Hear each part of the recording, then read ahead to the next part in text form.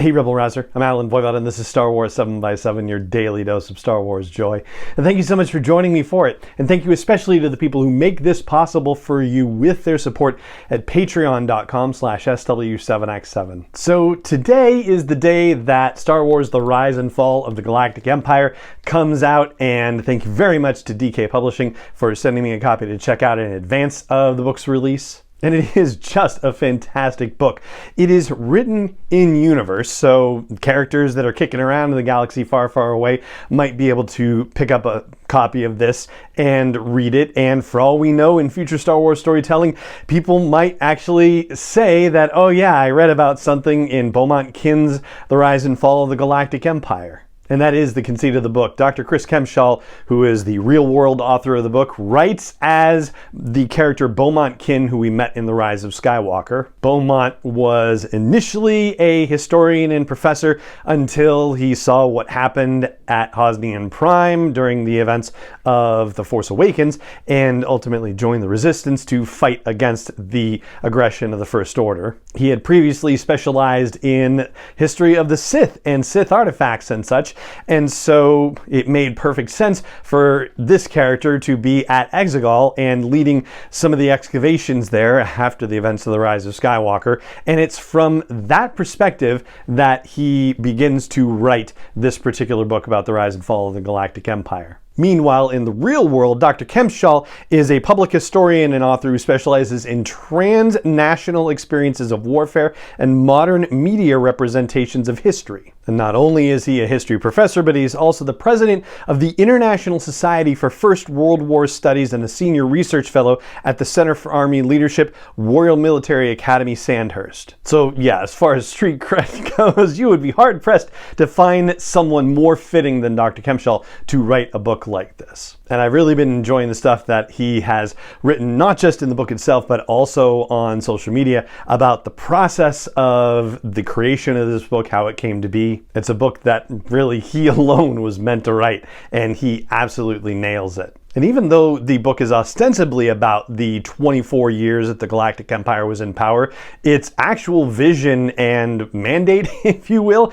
is a lot broader. Like the first part of the book, it's divided into 4 sections, is called Rise and Consolidation, and it really is more about what led up to the beginning of the Galactic Empire. So the Clone Wars is covered, stuff about Emperor Palpatine is covered. The second part of the book is entitled Expansion and Oppression, and it deals with the initial decade plus of the dark times, if you will. Part 3 is entitled The Galactic Civil War, and although, yes, there is a strong focus on what happens during the original trilogy, there's also a lot of material about what happens prior to the events of the original Star Wars, aka A New Hope. So we get into other storytelling like Andor, for example, which pushes us back to at least 5 BBY, and there are a couple other things that are mentioned that happened even before the Andor series. And so the Galactic Civil War, as such, is kind of depicted as having lasted for, the better part of a decade. And the last part, part 4, is Fall and Continuation,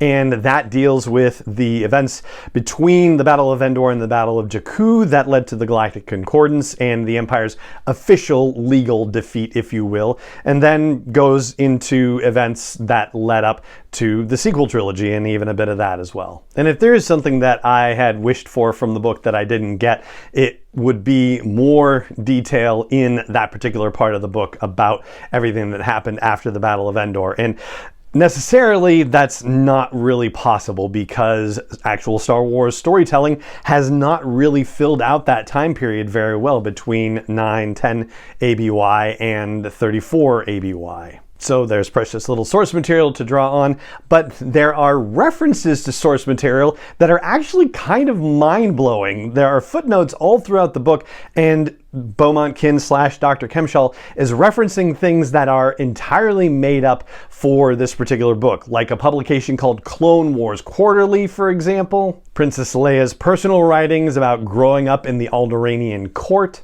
documentation from the Exegol excavation project that is currently underway, currently in 35 ABY, where the book was written. There are university lectures and personal writings and Imperial archives, Rebel archives. Like, this is all stuff that I know was largely invented, or at least the references were invented for the purposes of this book. So there's a lot of new stuff about Star Wars canon that is being revealed inside the book. And yet all of these source objects, I want these to exist as well. The book also has 2 sections of full color images, 8 pages each, where they illustrate various topics from the different chapters, and those images are taken from movies and live action series and video games. And also it looks like a couple of like visual dictionary type things, and even Pablo Hidalgo's propaganda posters book. There's one image in there, just read the caption, only known image of early rebel political theorist Karis Nemec, and it's from the Rebel Alliance archives, and that of course is Nemec from the Andor series, and I think I very much want Dr. Kempshall to write Nemec's Manifesto as a book that we can all have next. But of all the cool and interesting and remarkable things in the book, the conclusion of the book was actually surprisingly and powerfully emotional. It is written from Beaumont Kin's perspective. Yes, the whole book is written from Beaumont Kin's perspective, but it is a very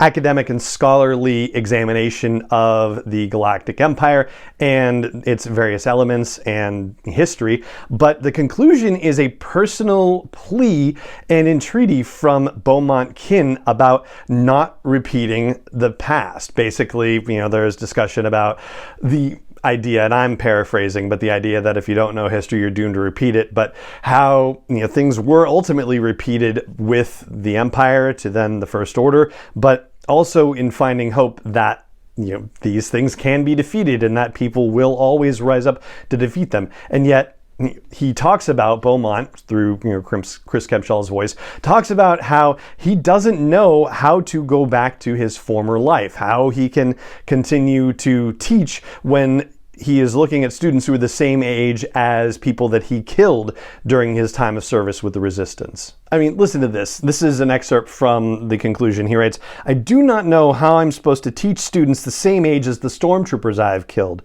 I do not know how to interact with my older colleagues who stayed silent and neutral as Hosnian Prime burned and as the First Order cut a swath across innocent worlds and systems. I do not know how to live with myself for the things I have done and seen.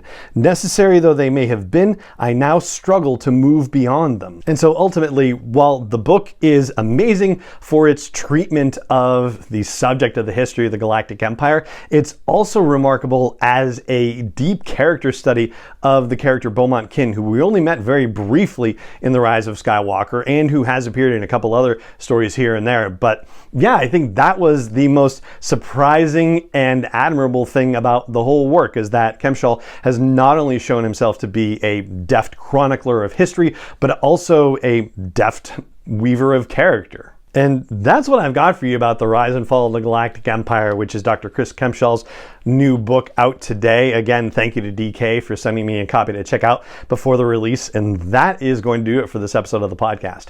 If you enjoyed the show, please help me get it out to more people who might like this dose of Star Wars joy in their lives. And you can do that by just letting the algorithms know with your likes and your comments and your follows and joins and subscribes. You can do that by just telling people that, hey, this podcast is out there for them.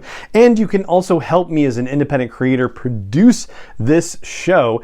And it's the show I've been doing for more than 10 years now. And you can learn more about that at patreon.com/SW7X7. And it just remains for me to say thank you so much for joining me for this episode as always. And may the Force be with you wherever in the world you may be. 7x7 is not endorsed or sponsored yet by Lucasfilm Limited, Disney, or 20th Century Fox, and is intended for entertainment and information purposes only. Star Wars, the Star Wars logo, all names and pictures of Star Wars characters, vehicles, and any other Star Wars related items are registered trademarks and/or copyrights of Lucasfilm Limited, or their respective trademark and copyright holders. May the Force be with them. All original content is copyright by Star Wars 7x7. We hope you love it.